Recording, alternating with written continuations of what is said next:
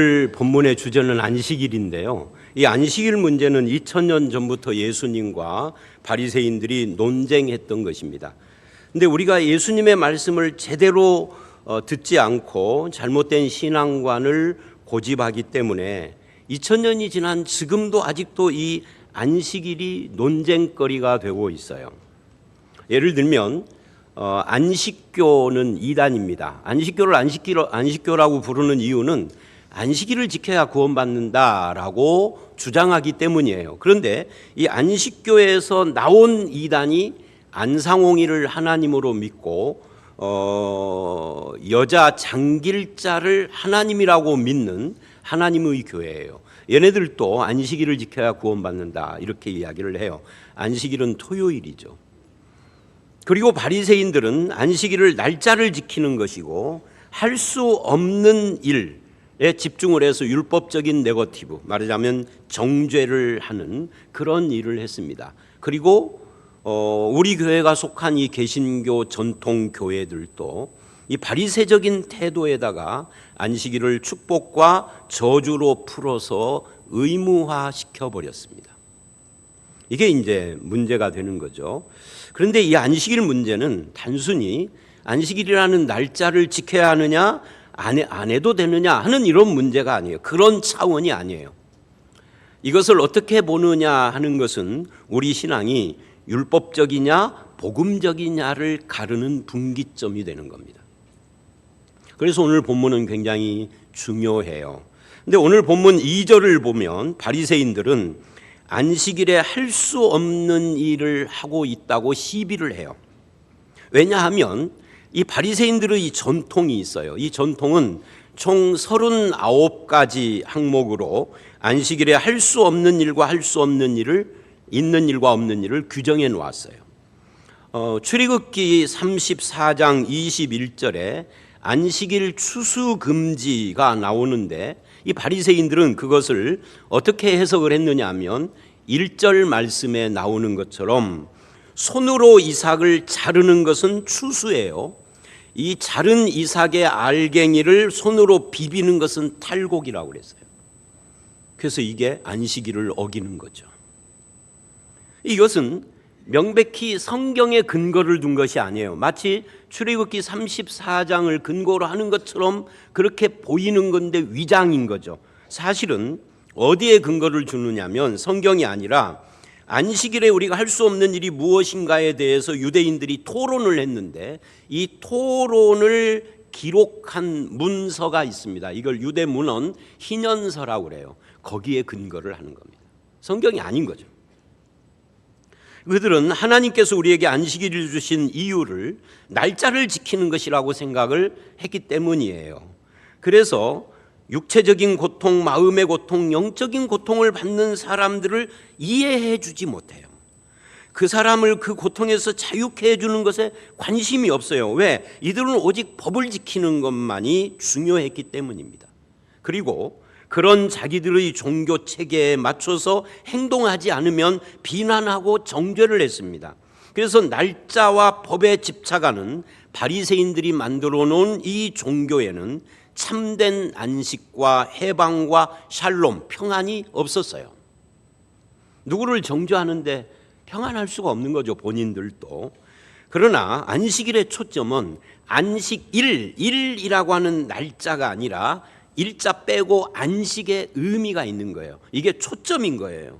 그러니까 일이라고 하는 날짜는 안식을 설명하고 그것을 계속 경험하게 위하여서 주신 것이지 일이라는 날짜가 핵심이 아니다 그 말이죠. 즉 죄인들이 만드는 이 세상에는 참된 안식이 없다 하는 것이 전제예요. 이것을 타락의 세계관이라고 그러죠. 오직 하나님과 그 나라에만 참 안식이 있음을 보여주는 것이 안식일입니다. 그리고 그 하늘 안식을 주기 위하여서 하나님은 죄인들에게 이 하나님의 아들 즉 메시아를 약속했는데 이게 구약 성경입니다. 그리고 그 예수가 오셨어요. 드디어. 그리고 십자가를 지심으로 우리의 안식의 최대의 걸림이 되는 죄와 정죄와 심판과 저주를 십자가에서 당신이 짊어지시고 그것을 단번에 도말하시고 깊은 바다에 던져 넣으시고 우리 죄를, 죄인인 나에게서 이 죄를 하나님의 등 뒤로 멀리 떨어지도록 만들어 버렸다라고. 어디서? 신약이 아니라 구약 시편에서. 구약도 이미 그거를 이야기를 해요. 하나님의 아들이 오면 그 일이 이루어진다 하는 거죠. 그리고 예수님이 오셨어요. 드디어 예수 안에서 우리는 영원한 안식과 생명을 얻은 자가 된 겁니다. 그래서 이 예수 안에 있는 이 구원을 우리가 받아들임으로써 내 몸도 마음도 삶에도 참된 평안과 영원한 생명을 누리는 것, 이게 안식입니다. 예수님은 이걸 주려고 오셨어요. 그런데 그 당시 종교 지도자들인 바리새인들은 자기들이 만들어 놓은 전통, 규칙, 관습, 형식에 묶여서 자기도 안식을 못 누리고 다른 사람들도 이 안식을 못 누리게 한 겁니다. 그래서 2절을 보면 어찌하여라고 해요. 거기다 밑줄을 하십시오. 이 복음서에 보면 어찌하여, 이게 바리새인 서기관들의 특징적인 말투입니다. 시비를 하는 거죠. 어찌하여. 왜? 당신은, 노 목사 당신은 왜 오늘 얼룩덜룩한 넥타이를 맸어? 라고 하는 것과 같은 거예요. 아니, 넥타이를 얼룩덜룩한 것을 하던 단색으로 하던 그게 뭐라고? 80년대는 이걸로 시비하는 교인들이 있었어요. 그래서 목사들이요, 검정색이나 군청색, 진한 군청색 이외에는 넥타이를 못 냈습니다. 하도 시비하는 것들이 많아가지고 부교역자들은요 쫓겨났어요, 교회에서. 이게 뭐라고? 바로 그 어찌하여예요. 어찌하여 시비를 하고 있는 겁니다. 그리고 7절을 보면 예수를 고발할 증거, 이 증거에다가 밑줄을 하시고, 꼬투리죠, 꼬투리. 꼬투리를 찾으려고 밑줄, 엿보니 그래요. 엿보니. 여러분 한번 옆에 있는 사람을 엿봐 보십시오. 어떻게 엿보죠? 옆에 있는 사람을 이렇게 엿보지는 않아요. 그죠? 옆에 있는 사람은 이렇게 엿보는 겁니다. 제가 시범 보일게요. 이렇게 엿보는 겁니다. 얼굴은 앞에다 놓고 이렇게. 그래서 저는 이 엿보니를 뭐라고 해석을 하느냐면 째진 눈이라고 부릅니다. 예배 시간에 앉아서 얼굴은 앞을 보는데 저쪽에 있는 김 집사를 째진 눈으로 바라보는 사람에게 안식이 있을까요, 없을까요? 없어. 그리고 째진 눈을 의식하게 된 김 집사에게 안식이 있을까요? 없어. 나도 없고 너도 없고. 요 짓을 하는 거예요. 누군가를 째진 눈으로 엿보면서 내 영혼 평안해 평안해 라고 하는 사람이 있다면 그 사람 빨리 병원 데리고 가셔야 돼. 정신적으로 문제가 있는 사람. 절대 그럴 수가 없어요. 그러면서도 안식일을 지켜요. 안식이 없는데 날짜를 지키는 거죠. 참 아이러니한 일입니다. 그리고 11절을 보면 안식일에 예수님이 병 고치는 모습을 잡아가지고 고발하려고 하다가 엿보다가 드디어 꼬투리를 잡았어요. 왜? 예수님이 병을 고치니까. 그래서 어떻게 했어요? 거기 보니까 밑줄, 노기가 가득해서 예수를 어떻게 할까, 어떻게와 할까 사이에 괄호 처리할까예요. 그죠? 죽이려고 하는 거죠. 노기. 여러분 노기가 뭐죠? 노기가 화잖아요. 한번 여러분 해보세요. 화를 막 내보세요. 오른쪽으로 막 화를 내다가 내 영혼 평안해. 내 영혼 화. 가능한 건가요, 이게? 불가능하잖아요. 그런데 안식일을 지켰어. 안식이 있나요? 화를 내고 째진 눈이고 어찌하여 시비하는 사람에게 안식이 있냐 그 말이에요. 없어요. 그런데 안식일을 가지고 예수님이 안 지킨다고 시비하는 거예요. 형식의 메인 신앙, 법과 전통과 관습의 메인, 마치 지난주에 5장에서 본 것처럼 낡은 가죽 부대처럼 복음 안에 있는 참 안식을 못 누리는 사람들은 자기 속에 안식이 없을 뿐만 아니라 다툼, 분노, 송사를 일삼고요, 다른 사람에게도 영향을 주어서 온통 안식 없는 세상을 만들어가는 상처난 세상이 여기서 나오는 거죠. 안식일에 일을 하지 않고 쉬어야 하는데 안 쉰다고 시비해요. 그러면은 나는 일은 안 합니다. 저 사람은 일을 하고, 그래서 저 사람이 안식이 없는 거예요. 근데 일하니까 안 안식일에 일한다고 시비하는 나에게는 안식이 있을까요? 없잖아요. 있다고는 거짓말하는 거지. 그 신앙이 아닌 거예요. 그러나 여러분, 안식일은 일하지 않고 쉬는 날이 아니라 하나님의 은혜를 누리는 날입니다. 그래서 마지막 문단인 6절로 10절을 보면 안식일에 그러면 뭐를 해야 하느냐, 그 참된 의미가 뭐냐 하는 것을 마지막으로 교훈을 해 주십니다. 그러니까 예수님의 대답이 둘로 나눠져 있는 거죠. 그런데 6절을 보면 또 다른 안식일에 그래요. 그러니까 앞에 안식일에는 안식일의 주인이다 하고 끝냈고, 이어서 또 다른 안식일에 회당에 오른손 마른 사람이 등장을 해요. 이 오른손 마른 사람을 어떤 성경학자들은 현대적으로는 아마 루게릭병일 것이다 라고 짐작하기도 해요. 알 수는 없죠. 뭐 저는 의사가 아니니까 더군다나 알 수는 없는데 하여튼 그런 학자들이 있습니다. 그런데 그게 중요한 건 아니고 7절을 보면, 야, 이 7절을 보면은, 야, 이게 이 바리새인들, 이게 내가 이러면 안 되는데, 지난주에 1절로 5절에서 예수님께 당했잖아요. 다윗을 예를 들어가지고 당했잖아요. 그래서 이 바리새인 서기관들이 마음이 어땠을까요? 꽁해졌어. 그게 나타나 여기에. 꽁해졌어요. 꽁해져 가지고 뭐를 해요? 예수님이 이제 돌아온 안식일 날 병 고치는가 안 고치는가 하고 예수를 고발할 꼬투리, 증거, 여기서 증거라고 하는데 꼬투리입니다. 꼬투리를 찾으려고 뭐를 했다? 밑줄, 엿보니. 거기다 밑줄 하십시오. 엿보니. 아까 엿보니 했잖아요. 엿보니가 뭐라고요? 엿보니를 노재석이식으로 해석을 하면은 째진 눈이라고. 네, 째진 눈을 딱 뜨니까 이쪽이 보이네. 엘토 권간사님이 보이네. 째진. 엿봤단 말이에요. 엿봤다. 이것이 율법주의적인 태도입니다.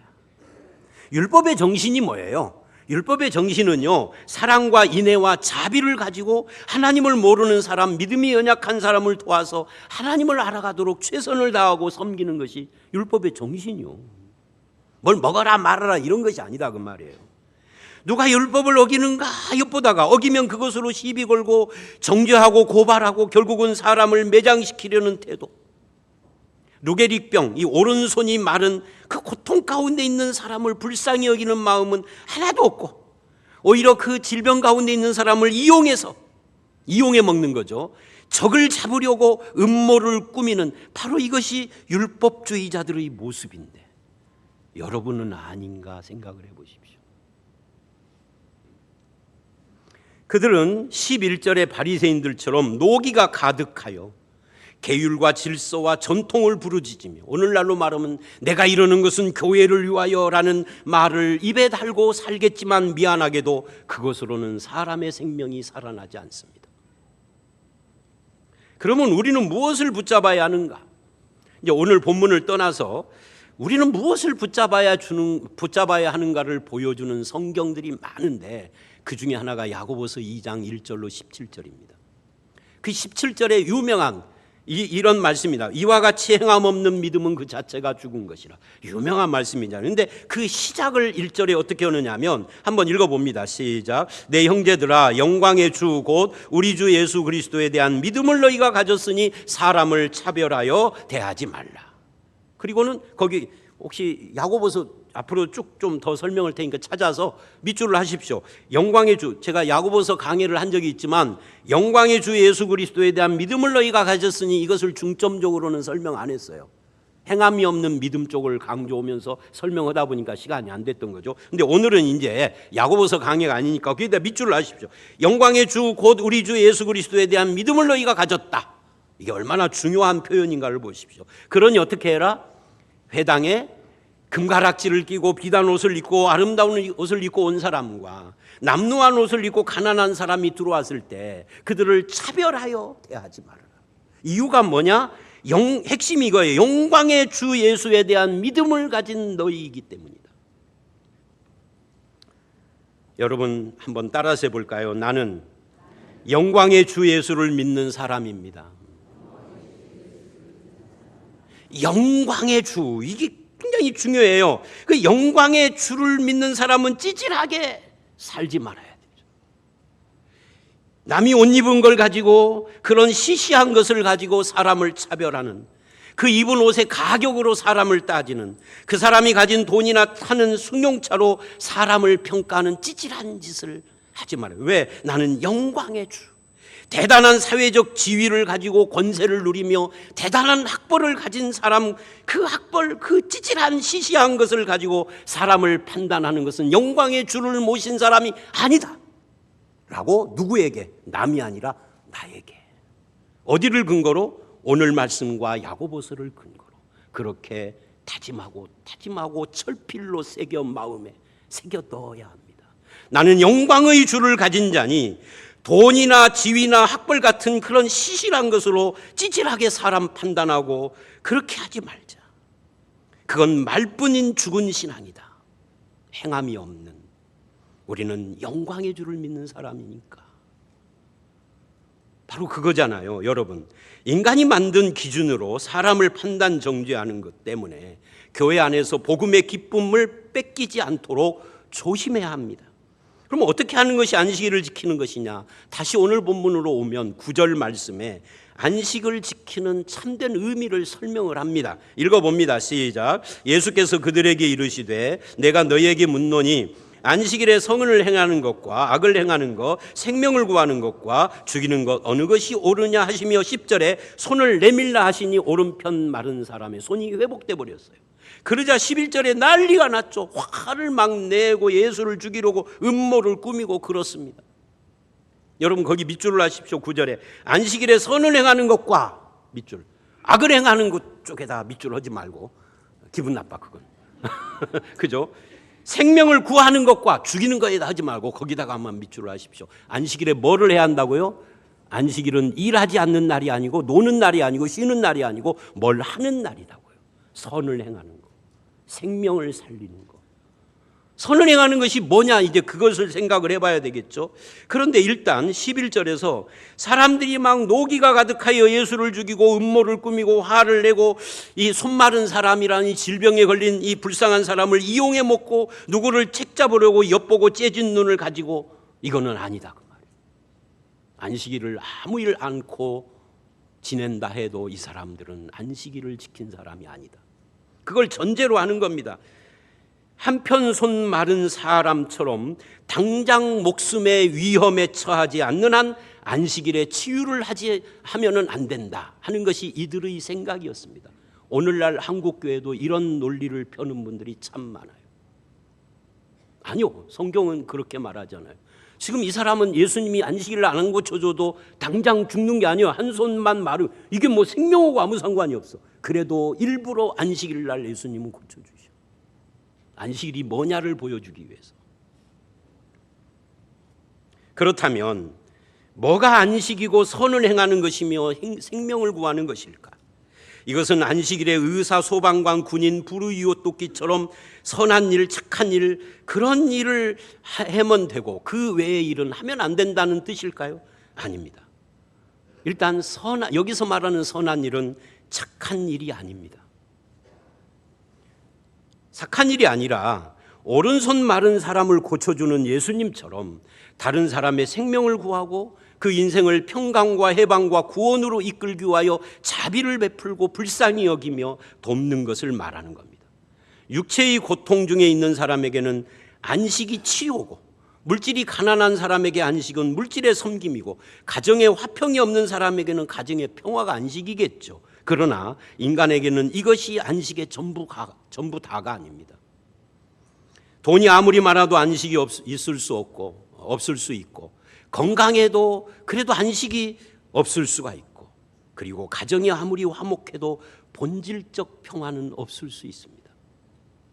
왜냐하면 참 평화는 죄의 문제를 해결한 후에야 오는 것이기 때문에 그렇습니다. 그래서 이 모든 것들 위에 근본적으로 예수의 평화가 있어야 하는 거예요.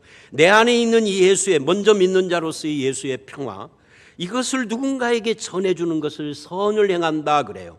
그래서 생명을 살리는 일, 그게 뭐예요? 죄와 사탄과 죽음의 현상으로부터 사람을 회복시키고 해방하는 일을 이루기 위해서라면 뻔을 양보하는 삶, 입을 꼭 다물어주는 삶, 인내하고 섬기는 삶을 사는 것이에요.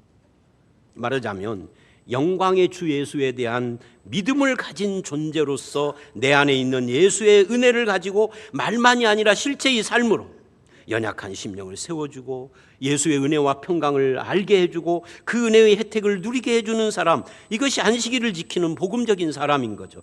다시 말해서 나의 삶 속에 복음을 드러내는 사람이 선을 행하는 사람입니다. 그는 이미 복음의 안식에 있는 사람이라서 율법적인 규정이나 정죄에서 완전히 벗어난 사람이거든요. 우리에게 그것이 다른 사람을 마음을 아프게 하지 않는 일이 될 수도 있고요, 어떤 사람이 육체와 마음을 평안하게 해주는 것일 수도 있어요. 그게 그 생명이니까. 교회는 이 안식을 공동체적으로 누리게 하는 것이 사명입니다. 교회의 바른 길이에요. 바라기는 우리 교회가 이런 교회의 비전을 가지고 나아가는 그런 교회가 되기를 바랍니다. 어떤 분이 저에게 꽤 몇 년 됐어요. 우리 교인이 아닌데 물어보더라고요. 목사님 교회가 좀 부흥했다는데 목사님의 교회 비전이 뭐? 그러니까 제가 갖고 있는 어떤 교회에 대한 비전이 그것이 교회 부흥을 이끌었다고 생각하고 질문한 거예요. 그 목사님은 선교를 중히 여기십니까? 복지입니까? 아니면 부흥입니까? 하고 물어요. 제가 그래서 이렇게 대답을 했어요. 교회가 그런 것도 필요합니다. 선교도 하고 복지사업도 해야 되고, 물론 수적인 부흥도 이루는 것이 좋죠. 부흥을 억지로 나는 부흥은 안 할 거야. 그럴 필요는 없죠. 그러나 그것이 나의 목회의 비전은 아닙니다. 왜냐하면 저는 청년 시절, 어렸을 때 빼고 청년 시절부터 여러 교회를 다녔고 전도사로 또 한 두어 군데 다녔고 부목사로 한 군데 있었는데 내 결론이 이겁니다.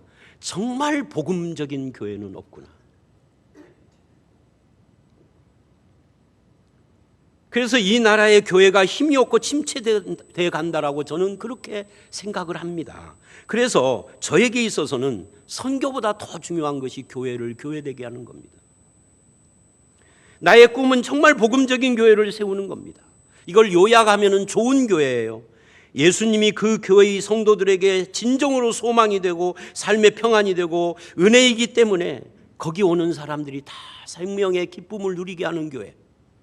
누구든지 이 교회에 오면 하나님의 은혜로 생명을 누리고 우리 교인들이 다 그런 생각을 가지고 사는 그런 교회. 우리 교회는 그런 교회가 되십시다. 가끔은 이런 교회가 곳곳에 좀 있어야 되지 않겠습니까? 그 중에 하나가 우리 교회임을, 그렇게 되기를 소원을 해야 합니다. 그러기 위하여서 일단 여러분들 화를 다스리고 째진 눈을 좀 순하게 좀 뜨시고, 누군가를 엿보고 모의하는 삶을 중단하고 사랑과 관용을 가지고 연약한 자를 품으며 지적과 다툼이 아니라 그를 품어 녹여내는 삶을 살기를 애쓰는 그런 성도들이 많은 교회. 그렇게 해서 그 사람에게 예수의 안식을 선포하는 삶을 사는 저와 여러분들이 다 되시기를 주의 이름으로 축원합니다.